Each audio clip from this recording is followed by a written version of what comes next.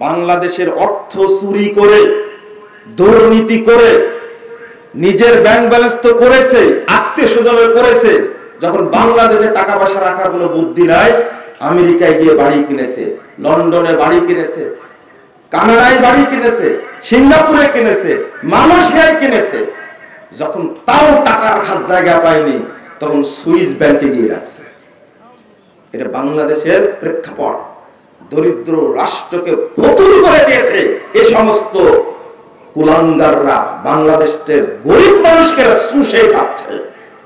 দ্রব্যমূল্যের দাম বেড়ে গেছে, মানুষের ক্রয় ক্ষমতার বাহিরে চলে গেছে, দরিদ্রদের ঘরে কোনো খাবার নাই, অথচ বাংলাদেশের যন্ত্রের যারা চালক তাদের 5 বছরে, 7 বছরে, 10 বছরে 3000, 4000 গুণ অর্থ বেড়েছে।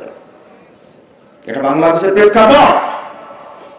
আমরা কেন বলি মুহাম্মদুর রাসূলুল্লাহ সাল্লাল্লাহু আলাইহি ওয়াসাল্লামের মতো, 4 খলিফার মতো আদর্শ তোমরা নিয়ে আসো, বাংলাদেশের মানুষ শান্তিভাবে তোমার জন্য দোয়া করবে।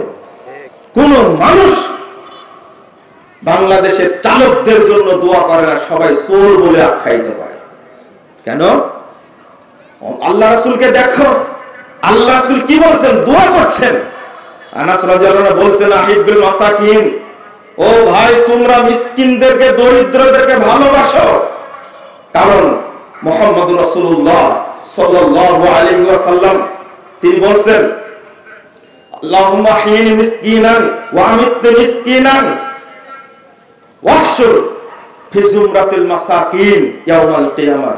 আল্লাহ আমাকে মিসকিন অবস্থায় জীবিত রাখো, মিসকিন অবস্থায় মৃত্যু দাও, এবং কিয়ামতের মাঠে তুমি দরিদ্রদের সাথে আমাকে রাখো, তাদের কাতারে আমাকে শামিল করো। মা আয়েশা রাদিয়াল্লাহু আনহা বলছেন, আল্লাহ রাসূল এই দোয়া কেন করেন আপনি? আল্লাহ রাসূল বলছেন, শোনো আয়েশা, ইয়াদখুলুল জান্নাতা ফুকারাউল মুমিনিন ক্বাবলা আল-আগনিয়া ওয়া হিয়া 500 আমিন। কাল কিয়ামতের মাঠে দরিদ্ররা জান্নাতে প্রবেশ করবে ধনীদের 500 বছর আগে। আমি চাই দরিদ্রদের সাথে আমি জান্নাতে প্রবেশ করব। 1702 নম্বর হাদিস তিরমিজির মধ্যে এসেছে, আল্লাহ রাসূল বলতেন, ইবগুনি দুআফাকুম, সাহাবীরা আমাকে খুঁজো তোমরা ওই দরিদ্রদের মাঝে, যারা একবার মিসকিন, কিছু নাই, খাবার নাই, তাদের মাঝে খোঁজো। ফাইন্নামা তুরযাকুনা ওয়া তুনসারুনা বিদুআফাইকুম, কারণ মানুষকে যে রুজি দেওয়া হয়, মানুষের উপরে আল্লাহর পক্ষ থেকে যে সাহায্যটা নেমে আসে, ওই দরিদ্র, মিসকিন, অসহায়, বিধবাদের কারণে আল্লাহ বরকত নাজিল করেন। ও ধনী ভাইরা, সম্পদশালীরা, আপনারা বড়াই করবেন না। আল্লাহ রাসূল বলছেন, ধনী ধনী হয়েছে কেন? সম্পদশালী সম্পদের মালিক হয়েছে কেন? আল্লাহ রাসূল বলেছেন, ওই দরিদ্র মানুষদের কারণে আল্লাহ তাদেরকে রুজি দান করেছে, আপনার কারণে না। রাসূল সাল্লাল্লাহু আলাইহি ওয়াসাল্লাম বলেছেন, আয়েশা শোনো, 4900 নম্বর হাদিস সহিহ বুখারীর মধ্যে এসেছে, কুনতু আলা বাবিল জান্নাহ, আমি একদিন জান্নাতের দরজায় দাঁড়িয়েছিলাম, দেখছি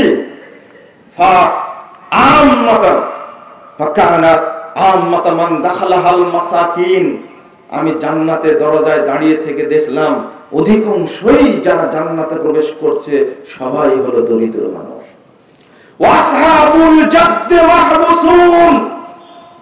আর যারা ধনী মানুষ, যারা সম্পদশালী, তাদেরকে জান্নাতের গেটে আটক রাখা হয়েছে। গায়রা আন্না আসহাবান নার কদ উমিরা ইলান নার, আমি দেখছি তখন জাহান্নামীদেরকে জাহান্নামের মধ্যে পাঠানো হচ্ছে জাহান্নামে দেওয়ার জন্য। অর্থাৎ ধনীরা হিসাব দিতে পারছে না, তখন আল্লাহ তাদেরকে কোথায় ঢুকতে বলছেন? জাহান্নামে ঢুকতে বলছেন। সহিহ বুখারীর হাদিস। আপনি যাবেন কোথায়? কাল কিয়ামতের মাঠে দরিদ্র ব্যক্তির পক্ষে আল্লাহ সাক্ষী হবেন। আপনি শীতার্তদের মানুষের মধ্যে একটা কম্বল দিবেন, একটা গেঞ্জি দিবেন, সেটাও দিবেন না। আপনাকে কবর আযাব থেকে কে বাঁচাবে? কাল কিয়ামতের মাঠে যে অবস্থা, সূর্যটা থাকবে মাথার উপরে, দূরত্ব কতটুকু? সাহাবীরা হিসাব দিয়ে বলছেন চোখ থেকে চোখের ভুরুর দূরত্ব যতটুকু, সূর্য থেকে তার মাথার দূরত্ব থাকবে এতটুকু। ইন্না লিল্লাহি ওয়া ইন্না ইলাইহি রাজিউন। আল্লাহ তুমি আমাদেরকে হেফাজত করো, আমিন। আল্লাহ রাসূল বলেন তখন কি থাকবে? লিকুল্লি মিন ফি জিল্লি সাদাকাতিহি হাত্তা ইউকদা বাইনান নাস। সহিহ ইবনে হিব্বান 3310 নম্বর হাদিস। ও সাহাবীরা মনে রেখো, কাল কিয়ামতের মাঠে প্রত্যেক ব্যক্তি তার সাদাকার ছায়ার নিচে অবস্থান করবে। এক রিকশাওয়ালা বলছে যে আমরা তো দান করি 1 টাকা 2 টাকা 5 টাকা, এটা আবার কিভাবে ছায়া করবে? 1410 নম্বর হাদিস সহিহ বুখারীর মধ্যে এসেছে, রাসূল সাল্লাল্লাহু আলাইহি ওয়াসাল্লাম বলেছেন মান তাসাদদাকা বিআদলি তামরাতিন মিন কাসমিন তাইয়িবিন, পবিত্র রুজি থেকে যে ব্যক্তি একটা খেজুর না, এক টুকরা খেজুর আল্লাহকে দান করবে, আল্লাহকে দান করবে 1 টুকরা খেজুর, মুহাম্মদ সাল্লাল্লাহু আলাইহি ওয়াসাল্লাম ফাইন্নাল্লাহা ইয়াতাকাব্বালুহা বিয়ামিনিহি, আল্লাহ সেই দানটা ডান হাতে কবুল করবে। সুবহানাল্লাহ। সুম্মা ইউরাব্বিহা কামা ইউরাব্বি আহাদুকুম ফালাহু, অতঃপর 1 টুকরা খেজুরকে আল্লাহ কি করতে থাকবেন? বাড়াতে থাকবেন। হাত্তা তাকুনা মিসলাল জাবাল, অবশেষে আল্লাহ বাড়াতে বাড়াতে এই 1 টুকরা খেজুরকে বিশাল পাহাড়ের মতো বড় করে ফেলবে। রিকশাওয়ালা বলছেন তাই নাকি, আপনি বলেন কি? আমি বললাম যে 1 টুকরা খেজুর, একটা খেজুর না, এর পরের বাক্যটা আল্লাহ বলছেন আও আ'যামা মিন, বিশাল পাহাড়ের চেয়েও আল্লাহ বড় করে দিবেন। যদি সেই টুকরাটা মাথার উপরে থাকে, সূর্যের আলো তাপ দিতে পারবে? যত কাছে আসো আর পারবে না। আল্লাহ রাসূল বলেন কিয়ামতের মাঠে প্রত্যেক ব্যক্তি তার সাদাকার ছায়ার নিচে অবস্থান করবে। মাপ তো পাবে। কিয়ামতের মাঠে কাঠ গড়ায় যখন দাঁড়াবে, আল্লাহ নিজে বাদী হবেন। 2569 নম্বর হাদিস সহিহ মুসলিম, আল্লাহ জিজ্ঞেস করবেন ইন্নী মারিস্তু ফালাম তাউদনি ইয়া ইবনে আদম, এ আদমের বাচ্চা, আমি অসুস্থ ছিলাম, তুমি আমার সেবা করনি। আশ্চর্য, আল্লাহ বলছেন। তখন এই বখিল বলবে কাইফা আউদুকু ওয়া আনতা রাব্বুল আলামিন, আপনাকে আমি কিভাবে সেবা করব? আপনি তো রব, জগৎ সমূহের রব। আল্লাহ বলবেন আমা আলিমতা আন্না আব্দি ফুলানান কদ মারিদা, তুমি কি জানো না আমার অমুক বান্দা মেডিকেলে কাতরাচ্ছিল, ওষুধ পাচ্ছিল না, খাবার পাচ্ছিল না? তুমি তো জানতে, তুমি যদি লা উত্তাহু লা ওয়াজাত্তানি ইনদাক, তুমি যদি সেদিন তার চিকিৎসার ব্যবস্থা করতে, সেবা করতে, তাহলে আজকে তুমি আমাকে তোমার পাশে পেতে। আল্লাহ নিজে বাদী হবে অসুস্থ ব্যক্তির পক্ষে। অনেক ব্যক্তি খাবার পায় না, আরেক বান্দাকে বলবে কাঠগড়ায় উপস্থিত হলে ইয়া ইবনে আদম, হে আদমের বাচ্চা, ইস্তামতাতুক ফালাম তুতিমনি, আমি তোমার কাছে খাবার চেয়েছিলাম, তুমি আমাকে খাবার দাও।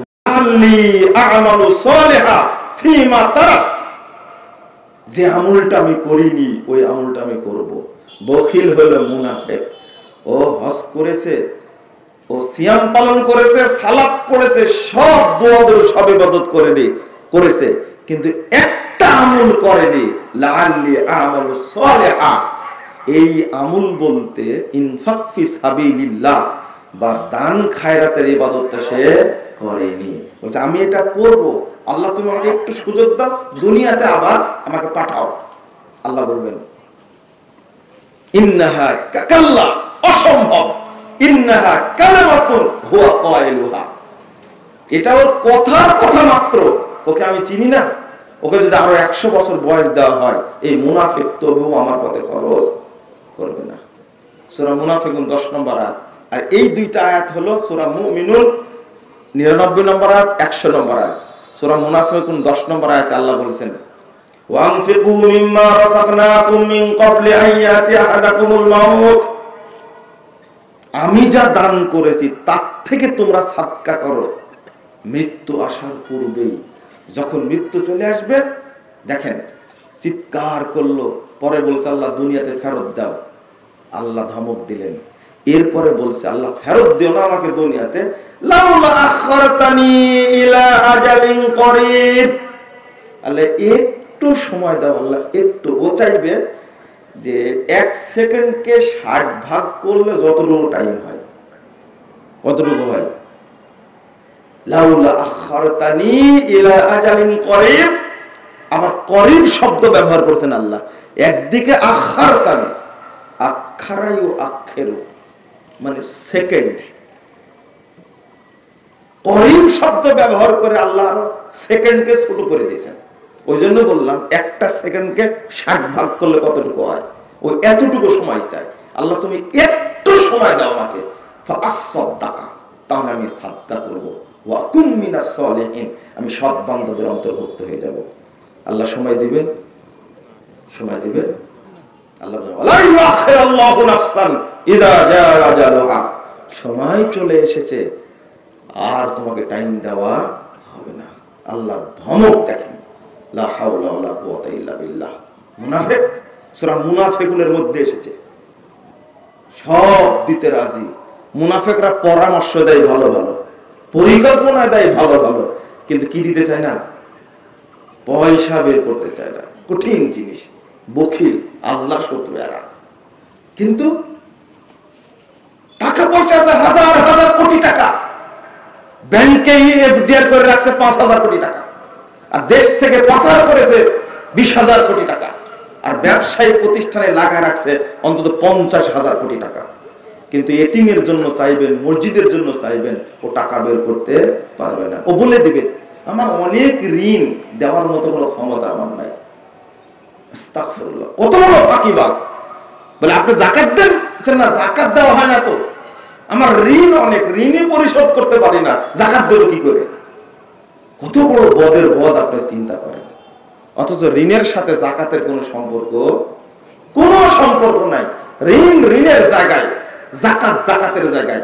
এখন আপনার কাছে যা আছে, মনে করে 50,000 কোটি টাকা আপনার ঋণ আছে, এখন আপনার কাছে টাকা আছে, চলমান টাকা আছে 30,000 কোটি টাকা, 20,000 কোটি টাকা, 1,000 কোটি টাকা, 500 কোটি টাকা, 10 লাখ টাকা আছে। আপনাকে এখন 10 লাখ টাকারই যাকাত দিতে হবে। ও আপনার 50,000 কর্মচারী চালান, কোনো সমস্যা হয় না।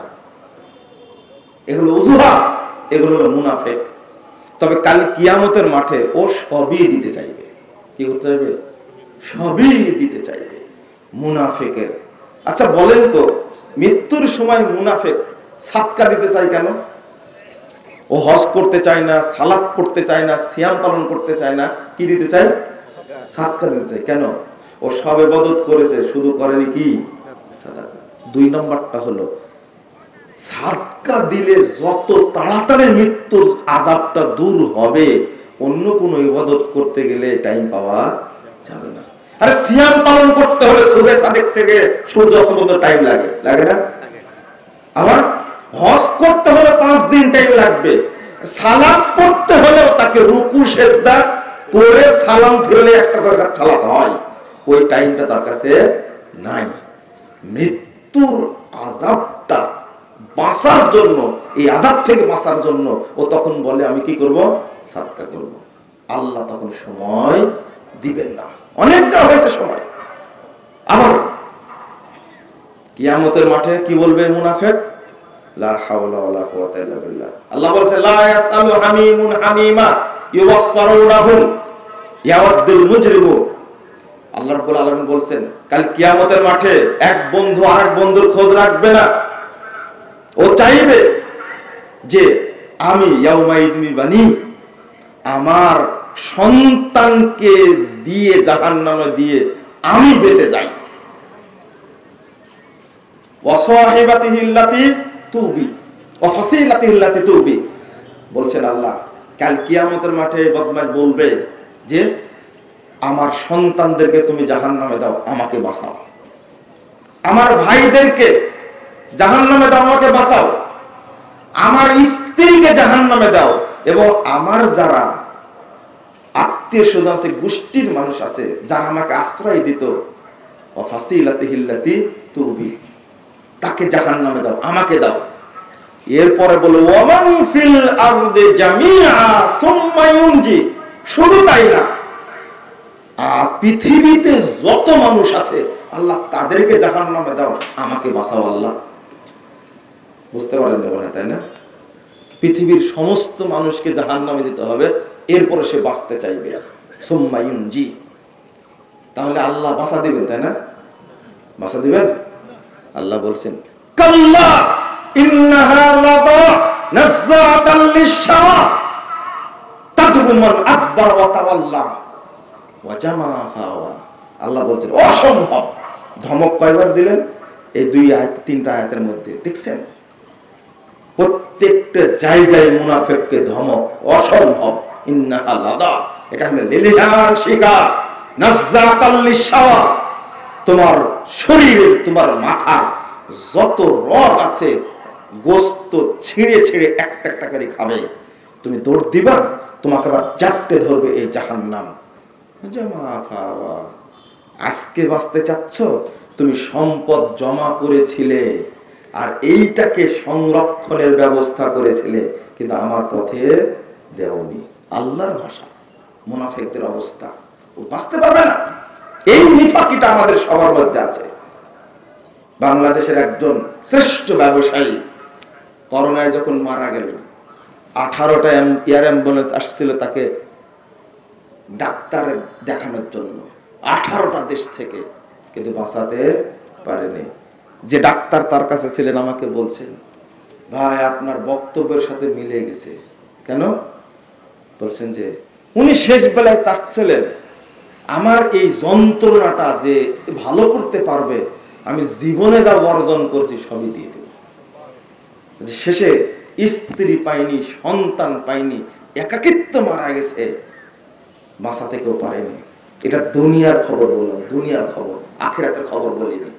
আমাদের মধ্যে যে পরিমাণ নিফাকি, যে পরিমাণ মুনাফিকি, আমরা কিন্তু আল্লাহর কাছে গিয়ে বাঁচা আমাদের জন্য খুব কঠিন হয়ে যাবে, খুব কঠিন হয়ে যাবে। বন্ধুরা আমার, সাহাবায়ে কেরাম কি করতেন? আল্লাহর রাসূল কি করতেন? শীতের মধ্যে এই উত্তর অঞ্চলে যে শীত পড়ে, একটা কম্বল নাই, খাবারের সময় খাবার নাই, ধনীরা টাকা পেছে বসে আছে, ওই যে জামা ফাওয়া, সম্পদ জমা করেছিল এবং তার সংরক্ষণের ব্যবস্থা করেছিল। লাখ টাকা ঘুষ দেন, একটা চাকরির জন্য 10 লাখ টাকা ঘুষ দেন, 30,000 20,000 টাকা ঘুষ দিয়ে ভূমি অফিস থেকে আপনার দলিল বের করে নিয়ে আসেন, তখন আপনার বাধে না। আর যে মানুষটা আপনাকে মুক্তি দিবে কিয়ামতের মাঠে, তাকে আপনি 10 টাকা দিতে চান না, এটা হলো আমাদের বাস্তবতা। কোনো উপায় থাকবে না কিয়ামতের মাঠে আমাদের। বাংলাদেশে যে যত বড় চোর, সে তত বড় সার। স্যান্ডেল চুরি করেছে, চোরকে মারতে মারতে মেরে ফেলে দেয়। আর 10,000 কোটি টাকা চুরি করেছে, ওকে সুন্দর করে বিমানবন্দরের লাল গালিচা দিয়ে অভ্যর্থনা দিয়ে বিদায় দেয়। দেশে চুরি করেছে, আমেরিকায় যাদের চুরি করতে পারে, এই হলো আমাদের নেতা। একজন মুক্তি পাবো না আমরা, একজন না, অসম্ভব। গরিব দেখলে ঘৃণা হয় আপনার। কাল কিয়ামতের মাঠে ওই ক্ষুধার্ত ব্যক্তি আল্লাহর পক্ষে, আল্লাহ তার পক্ষে বাদী হয়, কে কাল কিয়ামতের মাঠে বাঁচতে পারবে? আল্লাহ রাসূল বলেছেন, ফায়রা আলাইয়াম ইলা ইয়ামিনিহি লা ইয়ারা ইল্লা জাহান্নাম ওয়া ইলা শিমালিহি লা ইয়ারা ইল্লা জাহান্নাম ওয়া বাইনাহু ওয়া বাইনা ইয়াদাইহি রাব্বুল আলামিন লাইসা বাইনাহু ওয়া বাইনাহু তুরজুমান। আল্লাহ রাসূল বলেছেন, কাঠ গড়ায় দাঁড়িয়ে যখন ডান দিকে তাকাবে দেখবে জাহান্নাম দাউ দাউ করে জ্বলছে, বাম দিকে যখন তাকাবে তখন দেখবে জাহান্নাম দাউ দাউ করে জ্বলছে। সামনে মহান রব্বুল আলামিন, উভয়ের মাঝে কোনো দোভাষী থাকবে না, তা কথা হবে সরাসরি আল্লাহর সাথে। আল্লাহ রব্বুল আলামিন এই অবস্থার কথা বলতে গিয়ে আল্লাহ রাসূল বলেছেন, ইত্তাকুন নার ওয়ালাউ বিশিক্কি তামরাতিন। ও সাহাবীরা, তোমরা যদি জাহান্নাম থেকে বাঁচতে চাও, তাহলে এক টুকরা খেজুর হলেও আল্লাহকে দাও, এক টুকরা খেজুর হলেও দাও, না হলে এই জাহান্নাম থেকে বাঁচতে পারবে না। এই কাঠগড়ায় সবাইকেই দাঁড়াতে হবে। আল্লাহ যেন আমাদের হেফাজত করে। কাল কিয়ামতের মাঠে একজন পিপাসিত ব্যক্তি বলবে, আল্লাহ আমি পানি চেয়েছিলাম, তার কাছে পানি দেয়নি। আল্লাহ বাদী হবেন তার পক্ষে, ইস্তাসকাইতুক, ও বান্দা আমি তোমার কাছে পানি চেয়েছিলাম, সেদিন তুমি আমাকে পানি দেওনি। যদি তুমি পানি দিতে থাকে, আজকে তুমি আমাকে তোমার পাশে পেতে, অর্থাৎ আমি তোমাকে মাফও করে দিতাম, আমি তোমাকে জান্নাতও দিয়ে দিতাম। বন্ধুরা আমার, আমরা ওই চিন্তাটাই করি। এই জন্য রাসূল মুহাম্মদ সাল্লাল্লাহু আলাইহি ওয়াসাল্লামের কোনো সম্পদ ছিল না, আবু বকর উমরের কোনো সম্পদ ছিল না। তারা যে জীবন যাপন করেছেন, তারা যে মানে এতটা অসাহত্য জীবন যাপন করেছেন, আপনি ভাবতেও পারবেন না, কল্পনা করতে পারবেন না। আল্লাহ রাব্বুল আলামিন তাদের জীবনটা কি পছন্দ করেছেন, দোয়া করেছেন। তারা প্রত্যেকে মিসকিন অবস্থায় পৃথিবী থেকে বিদায় নিয়েছে। আল্লাহর কাছে যেন বাদী, আল্লাহ যেন তার বিরুদ্ধে বাদী না হয়। এক দুপুরে আল্লাহ রাসূল বেরিয়েছেন, পেটে খাবার নাই। বিশ্বনবী মুহাম্মদুর রাসূলুল্লাহ সাল্লাল্লাহু আলাইহি ওয়াসাল্লাম নিজে বলছেন,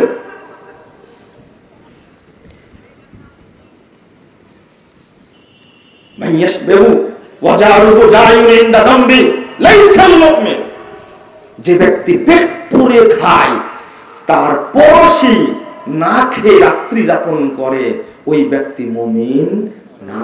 আল্লাহ রাসূল বলছেন, পেটে খাবার না, নিজেরও মানুষকে খাবার বিলিয়ে দিয়েছেন, কিন্তু নিজে খাননি। ফাতেমার বাড়িতে গেছেন, একটু খাবার আছে কিনা। মুহাম্মদ সাল্লাল্লাহু আলাইহি ওয়াসাল্লাম যাওয়া মাত্রই দুই নাতি হাসান হোসেন দৌড় দিয়ে বেরিয়ে আসছে। মনে করছেন আমার নানা হয়তো কিছু খাবার নিয়ে এসেছে, জান্নাতের সুগন্ধি তারা। আল্লাহ রাসূল দেখলেন যে আমার দুই নাতিও কিছু খায়নি, তারা খাবার কিছু নিয়ে আসছে। যখন নানা নাতির বাড়িতে যায়, তখন কিছু সাথে করে নিয়ে যায়। মেয়ে ফাতেমা দেখে বুঝতে পারলো যে আব্বার পেটে খাবার নাই।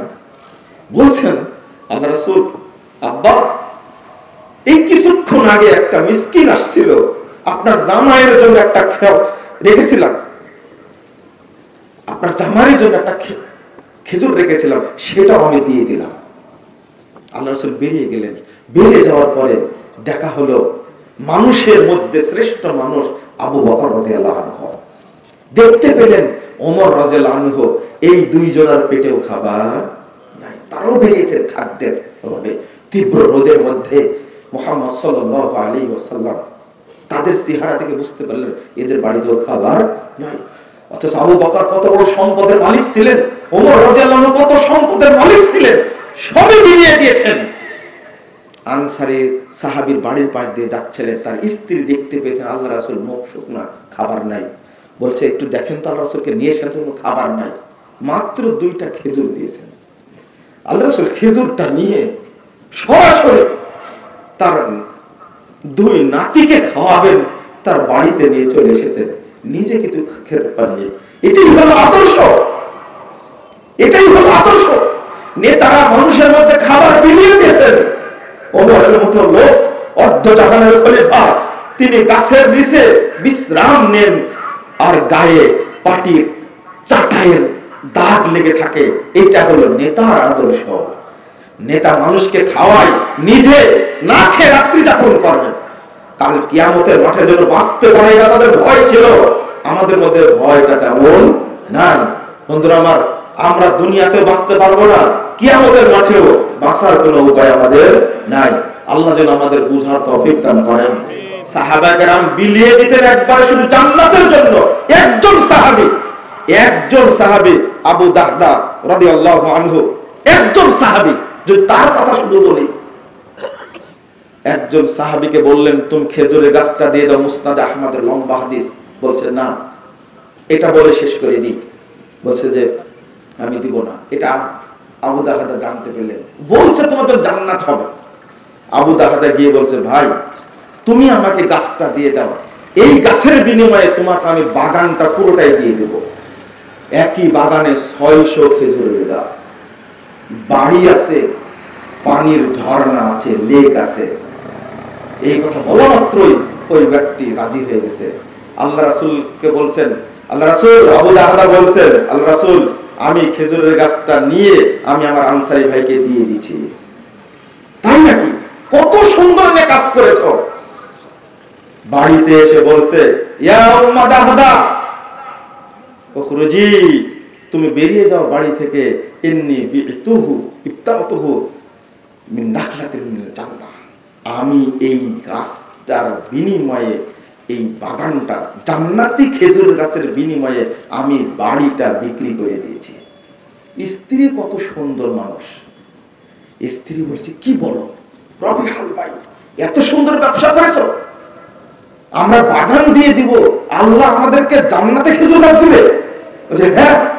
তাড়াতাড়ি সবকিছু রেখে বাচ্চা কাচ্চা নিয়ে তার স্ত্রী বাড়ি থেকে, বাগান থেকে বেরিয়ে গেলেন। আল্লাহ রাসূলের মৃত্যুর আগে আবু দাহদা মারা গেলেন। আল্লাহ রাসূল জানাজা পড়ালেন। ঘোড়ার উপরে উঠে আল্লাহ রাসূল বলছেন, কামিন আসকিন মুআল্লাকিন আও মুদাল্লাফিল জান্নাহ। সাহাবীরা শোনো শোনো, এই আবু দাহদার জন্য জান্নাতে কত যে খেজুর, কানি কানি খেজুর গাছে ধরে ঝলছে, আমি সেটা দেখতে পাচ্ছি। কলা মিরারান, আল্লাহ রাসূল বলতেই থাকলেন, এটা হলো নগদ জান্নাতি ফলাফল। ওই হাদিস আজও আছে। সাহাবীরা পাগল ছিলেন কিভাবে জান্নাত পাবো, আর আমরা পাগল কিভাবে টাকা উপার্জন করব। দুইটা পার্থক্য কত। আমরা এতিমদের খবর রাখি না, বিধবাদের খবর রাখি না। বন্ধুরা আমার, আমরা আপনাদের প্রতি অনুরোধ করব একটাই, যে দুনিয়াতে আমরা সুখী জীবন যাপন করব, পরকালে জান্নাতুল ফেরদাউস পাবো ইনশাআল্লাহ। প্রত্যেকের উচিত তার নিজের সম্পদ থেকে একটা অংশ ইনফাক ফি সাবিলিল্লাহ, আল্লাহর রাস্তায় দান করে দেওয়া, এতিমদেরকে দিয়ে দেওয়া। আল্লাহ যেন আমাদের তৌফিক দান করেন, আল্লাহুম্মা আমিন। আল্লাহ রাব্বুল আলামিন যেন আমাদের সকলকে কবুল করেন, আমিন। বারাকাল্লাহু ফিকুম।